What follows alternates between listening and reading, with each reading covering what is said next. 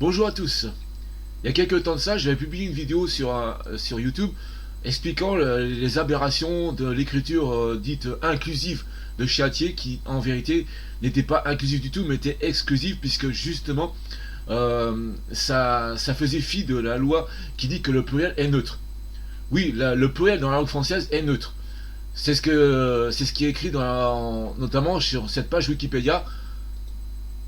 Ici donc, statut du masculin comme étant marqueur de neutre. En vérité, ce qui se passe, c'est que depuis 3 siècles, il y a eu effectivement une masculinisation de la société, mais en vérité, tous les noms communs de la langue française sont par défaut masculins alors qu'ils devraient être neutres.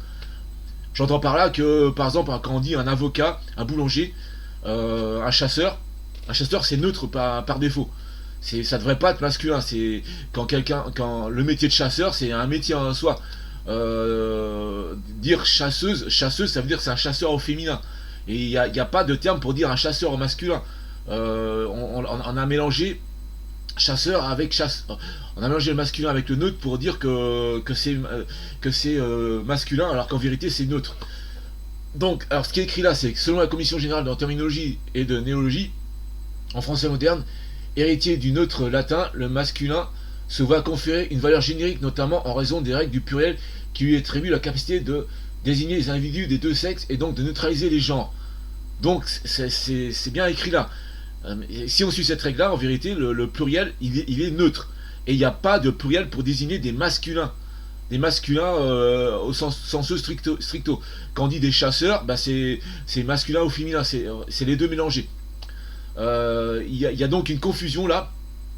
Et en vérité, il n'y a rien dans la langue française qui permet de distinguer le masculin du neutre. C'est ce que différents écrits linguistiques rapportent. Alors qu'il faudrait simplement ajouter un particule au masculin, un particule au neutre pour dire que c'est masculin. Il y a quelques temps de ça, donc j'avais édité une vidéo qui expliquait la façon dont il fallait faire les choses, c'est-à-dire rajouter une particule au neutre pour dire que c'est masculin. Donc j'ai donné quelques exemples de ça. Donc la généricité, en fait, ça concerne... Enfin, l'inclusivité, ça veut dire que quelque chose est générique, il n'y a pas de masculin, féminin, trans, non-binaire, etc. C'est-à-dire c'est vraiment quelqu'un qui est considéré en tant qu'individu et non pas par son orientation sexuelle ou son genre. C'est ça que les gens ils ne comprennent pas en France. Alors c'est une aberration, c'est que les écologistes, c'est les gens les plus idiots qui soient, parce que c'est eux qui utilisent en majorité cette écriture exclusive de Chiatier. Ils n'ont pas réfléchi à une alternative pour dire ah bah oui c'est vrai que en fait masculin et neutre ça se confond, donc il faudrait qu'on ajoute un particule au neutre pour transformer masculin. Et donc on va donner quelques exemples. Donc quand je dis avocat, quand j'écris avocat, donc c'est le genre neutre, il n'y a pas de masculin, mais par contre il y a un féminin. Dans tous les termes, en fait, si on neutralise tous les noms communs, il n'y a aucune particule pour dire que c'est masculin ou féminin. Alors je vais m'inspirer de... Alors je sais plus si c'est l'espéranto ou quoi, pour dire pour attribuer des genres à ces noms neutres. Donc quand je dis avocat, quand c'est féminin, donc avocat, on va dire par exemple pas, c'est féminin, on rajoute un suffixe pas, donc c'est féminin.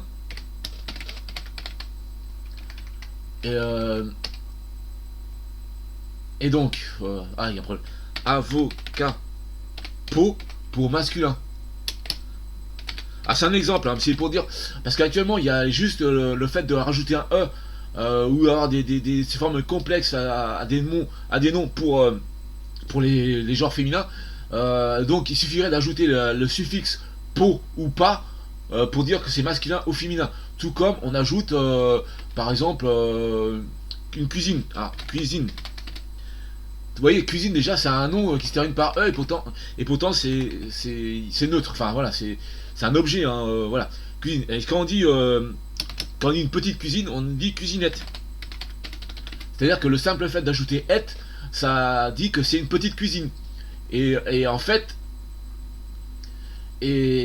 donc la cuisine effectivement c'est un nom neutre, hein, mais bon, si je parle des noms d'animaux, par exemple, si je dis cheval,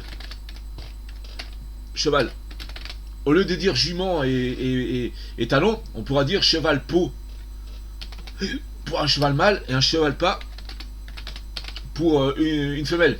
Donc on parle pour le coup, donc avec la forme que je propose, en ajoutant un suffixe pot ou pas à la fin de chaque nom commun, bah ça indique le sexe. Et au pluriel c'est pareil, donc on va dire par exemple avocat. Donc avocat pluriel, donc ça c'est neutre. Avocat pour avec un S, ça serait donc ce serait que des mâles, que des hommes. Avocat pas que des femmes, que des femmes. Vous voyez, cette forme-là d'écriture-là, elle simplifie largement les choses. Ça serait ça serait vraiment quelque chose de super si en langue française on arrivait vers cet état-là. C'est-à-dire que là on ajoutait des particules pour les femmes, mais pas pour les masculins. Et donc du coup ce qui se trouve ce qui va pas en fait, c'est que les masculins et les neutres sont confondus.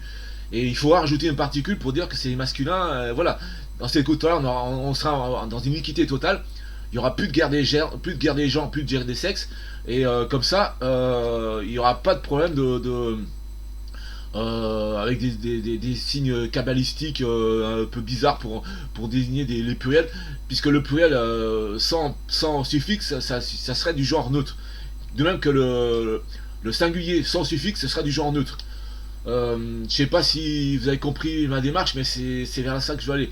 Alors après, il y a aussi le problème des articles. Les articles, c'est pareil. On dit de le fleuve, la rivière, le fauteuil, la chaise.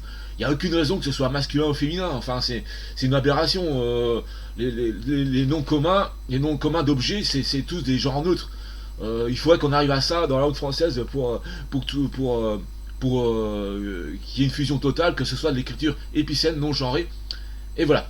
Donc, c'était mon intervention pour dire que le pluriel de la langue française est non genré.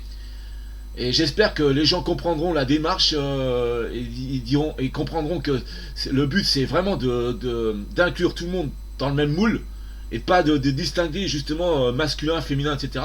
Parce que là c'est plutôt une démarche exclusive que inclusive. Inclusive, voilà, on distingue pas un métier par son sexe. Hein. À la rigueur, pour aller dans l'extrême, avocate, ça serait un nom commun différent d'avocat, donc ce serait deux métiers différents. Et c'est ce qui suffirait, par exemple, des inégalités de salaire.